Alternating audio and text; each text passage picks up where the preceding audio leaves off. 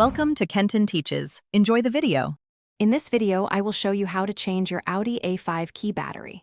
First, you'll need a new CR2032 coin cell battery, which is commonly available. You'll also want a small flathead screwdriver or a similar thin object to help open the key fob. Make sure you have a well-lit area and a clean surface to work on, as we'll be handling small parts. This simple process takes only a few minutes. The first step is to access the internal components of your key fob. Look for a small release button, usually located on the side or back of the fob. Press this button and simultaneously pull out the metal emergency key. This key is essential for manually unlocking your car, but for now, we'll set it aside. This action reveals the opening mechanism for the key fob casing. Now, with the emergency key removed, you'll see a slot or a small cover inside the key fob.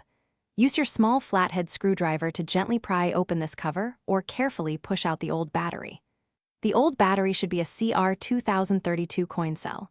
Take your new CR2032 battery and insert it into the slot, ensuring the positive side, which usually has a plus sign, is facing downward. It should fit snugly. With the new battery in place, it's time to reassemble your key fob. Carefully align the two halves of the fob and press them together until you hear a click, ensuring they are securely fastened. Next, slide the metal emergency key back into its slot until it locks into position. Finally, test all the buttons on your key fob, such as lock and unlock, to confirm that everything is working correctly. You should be good to go. Thanks for watching. Please subscribe if this video was helpful.